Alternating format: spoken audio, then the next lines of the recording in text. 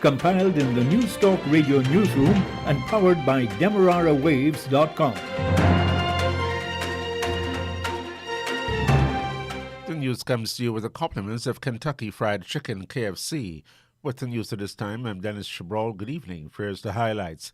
The representative of the list of candidates for a Partnership for National Unity plus Alliance for Change, David Granger, has urged the leaders of those two coalition partners to hold meaningful consultations on who should replace two recently resigned parliamentarians.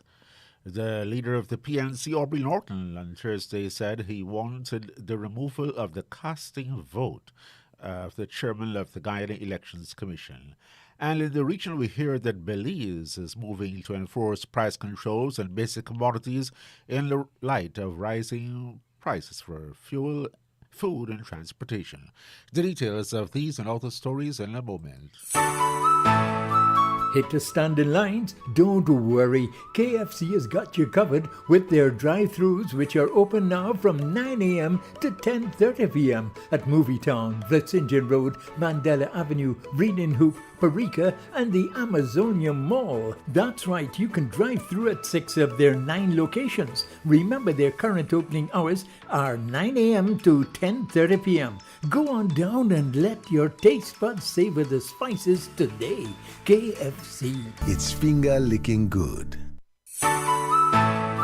KFC delivery is now available from the Amazonia location. For shore-based Little Diamond residents, call 632-0533, 632-0533, 6080162, 6080162, or 503-3591, 503-3591. That's KFC's delivery service from the Amazonia location. KFC. It's finger-licking good.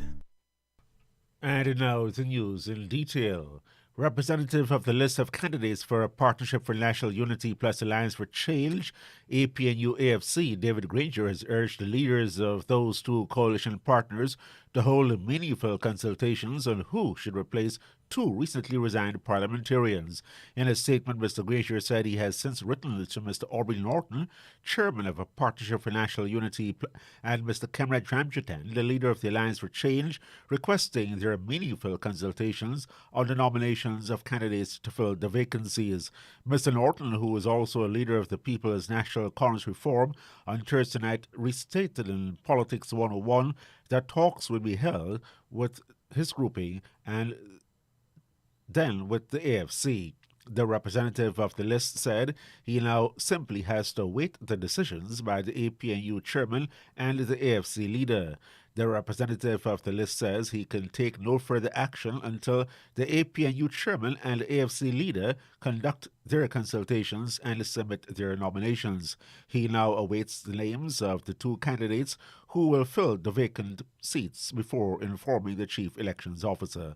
Mr. Granger says he has followed and acted in accordance with the Constitution of Guyana and the Representative of the People Act, which, with regard to the resignation and replacement of members of the National Assembly at all material times. The leader of the People's National Congress Reform, Aubrey Norton, on Thursday said he wanted the removal of the casting vote of the chairman of the Guyana Elections Commission, GCOM. He told Politics 101 last night that probably the opposition should exercise the option of a casting vote.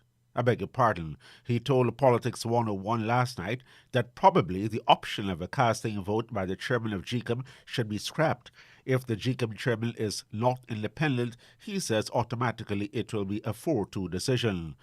He backed up his call by again leveling accusations against the incumbent chairman, retired Justice Claudette, saying that she is biased and constantly votes with the People's Progressive Party, PPP-nominated election commissioners to secure majority decisions by the 6-member commission.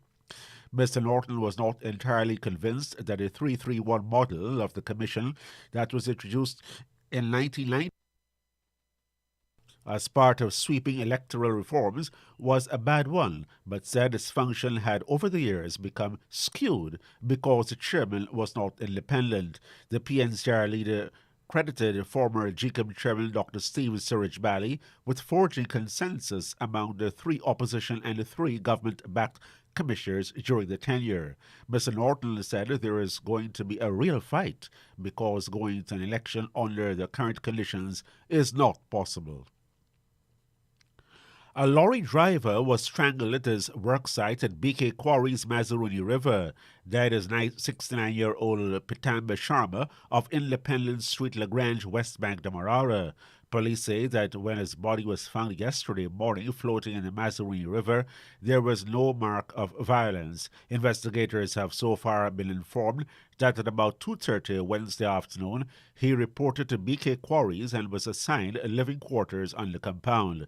He was last seen alive in the compound around 6 p.m. Wednesday. However, a security guard told police at about 7:30 yesterday morning he found a Sharma afloat in the Mazaruni River in the vicinity of the security base. A report was made to the Bartica police station and the body was examined by the police. However, no marks of violence were seen at that time. Turning to news now from the Caribbean, the Belize government says it is moving to enact a new system to deal with price gouging, as it acknowledged that there are reasons behind the increase in the prices for commodities there. Agriculture, Food Security and Enterprise Minister Jose Alvarado Meye acknowledges that the cost of goods and transportation have increased and this has become even worse due to the war between Russia and Ukraine. He says the Supplies Control Department has done an exercise, especially in Belize City, and this has clearly showed that there is price gouging. The Agriculture, Food Security and Enterprise Minister says the Attorney General's office is working on amending the Supplies Control Act and will make some offences ticketable. He says if price-controlled goods are not itemized or there are no prices or no invoices, then these are all offences. In the Bahamas, Attorney General Ryan Pindler has said that draft legislation to govern the cannabis industry in the Bahamas is expected before Cabinet sometime this month. Mr. Pindler said there has been a slight delay as Cabinet was slated to receive the draft last month. However, he did not explain what led to the setback. He says they're just a couple of weeks delayed on moving forward with the draft bill. Mr. Pindler also told reporters that the bill was originally promised by the end of March. So steps are in fact being taken to get this done as soon as possible. Prime Minister Philip Brave Davis, while in opposition, had expressed full support for both issues and said back in 2020 the Millis administration should have already addressed the matter of legalizing marijuana and expunging the records of people convicted for possession of small amounts.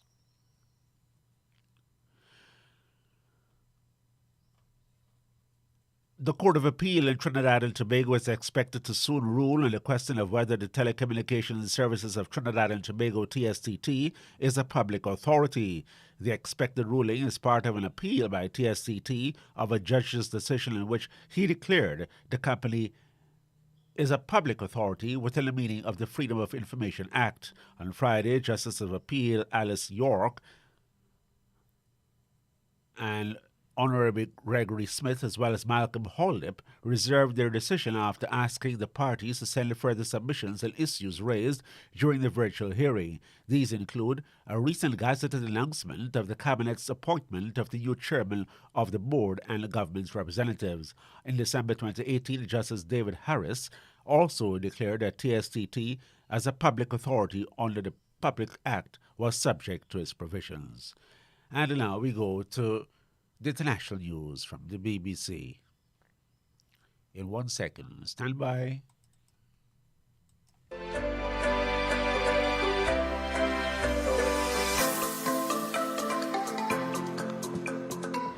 I took the vaccine. My name is Gordon Mosley and I took the vaccine on Friday. And I'm encouraging you, if you've made the choice, go take the vaccine. Protect yourself against COVID-19.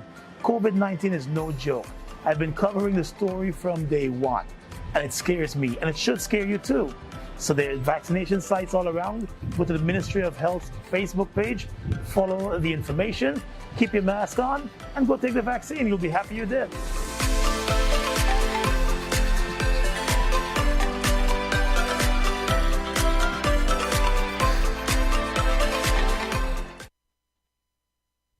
I'm Stuart McIntosh with the BBC News. Hello. An operation to bring in aid and evacuate residents from the southern Ukrainian city of Mariupol has been frustrated for a second day in a row. A Red Cross team that set off for Mariupol to facilitate the safe passage of civilians has had to turn back to Zaporizhia. They'll try again on Saturday. Wira Davis is in Zaporizhia. It was a really hastily put together operation. It was clear first thing this morning that they didn't have security clearance, basically an agreed ceasefire or humanitarian corridor from Russia. The mayor of Mariupol said the city was still unsafe. The Russians weren't allowing anybody in or out. So it quickly became apparent to those who was watching on the ground that this might not happen today. This might not work. And lo and behold, as the day progressed, the Red Cross had to give up. There was good news for some displaced residents of Mariupol. A convoy of buses was finally allowed into the occupied port of Berdyansk, just west of Mariupol, where they picked up an estimated 2,000 people who'd earlier fled the shelling. They've now arrived in the relative safety of Zaporizhia. A local official in the town of Izyum in eastern Ukraine says it's been occupied by Russian forces. The official condemned what he called traitors who'd allowed the Russian military into part of Izyum last Saturday. Emergency services in western Russia have been trying to put out a fire at an oil depot in Belgorod, which Moscow says was hit by missiles fired from Ukrainian helicopters. Ukraine's defense minister would neither confirm nor deny it was behind the attack. Belgorod is just across the border from Ukraine's second city, Kharkiv. The Kremlin said the incident might hinder peace talks. Jenny Hill reports from Moscow. It was just starting to get light in Belgorod when loud explosions shook the fuel depot. The governor of Belgorod swiftly blamed Ukraine, accusing its military of conducting an airstrike. This is the first time since the invasion began that Russia has reported a successful Ukrainian attack on its territory. But it's not been independently verified. The Kremlin, which seizes any opportunity to frame Ukraine as an aggressor, has not unleashed its usual torrent of belligerent rhetoric. The United Nations says a 2-month truce starting on Saturday has been agreed by warring parties in Yemen. The deal will also help much-needed humanitarian aid reach civilians. The news was welcomed by the UN Secretary-General Antonio Guterres. I commend the government of Yemen, the Saudi-led coalition, and the Houthis for agreeing on a 2-month truce in Yemen, including cross-border attacks, and I urge all parties to make the necessary arrangements to support the successful implementation of the truce and to operationalise cooperation mechanisms without delay. This is the World News from the BBC. The Biden administration has confirmed that it will lift sweeping immigration restrictions which were imposed by Donald Trump in the early stages of the pandemic. The public health order known as Title 42 has been used by U.S. officials on the border with Mexico to turn back 1.7 million undocumented migrants.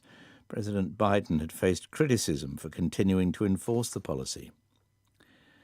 A state of emergency has been declared in Sri Lanka, where an economic crisis has sparked violent protests. The BBC's Archana Shukla reports from Colombo. A day after hundreds tried to storm Sri Lankan president's house in anger over an unprecedented economic crisis and calling for his ouster, the president declared a state of emergency, granting sweeping powers to military. Nighttime curfew has also been imposed for a second time in the western province, including Colombo city. There's growing anger over shortages of fuel, medicine, cooking gas, and prolonged power cuts caused by a lack of foreign exchange to pay for imports. The country's economy, which is heavily dependent on export of tea and garments and tourism to earn foreign currency, has been badly affected by the pandemic. For the first time, workers at an Amazon warehouse in the United States have voted to set up a trade union. Staff at the site in Staten Island in New York started a campaign for a union following a dispute over COVID safety rules 2 years ago. The online retailer is one of the biggest employers in the US, with over 1 million staff. It strongly resisted efforts to unionize. The draw for this year's Football World Cup has taken place in the Qatari capital Doha. As the hosts, Qatar are among the top seeds despite being the second lowest ranked country. They'll play Ecuador in the opening match of the tournament, which will be held in the Middle East for the first time. And that is the latest BBC News. And that's the news to the moment.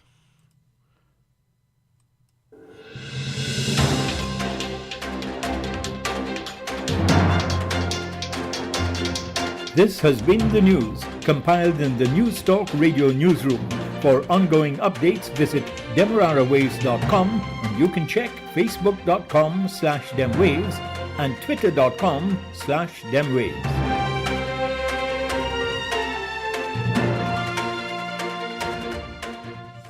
The news came to you with the compliments of Kentucky Fried Chicken. After a hard day's work, a lime at the workplace will be great, and even greater and better with KFC, with a wide choice of finger-licking meals in a wide range of sizes. Could be a birthday celebration or promotion, or a lime for no reason at all.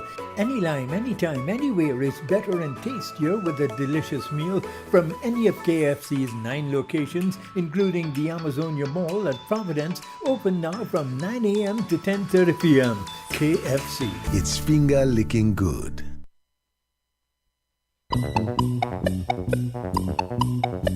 Enjoy Ron's Rendezvous every Friday at 20 hours right here on 103.1 FM.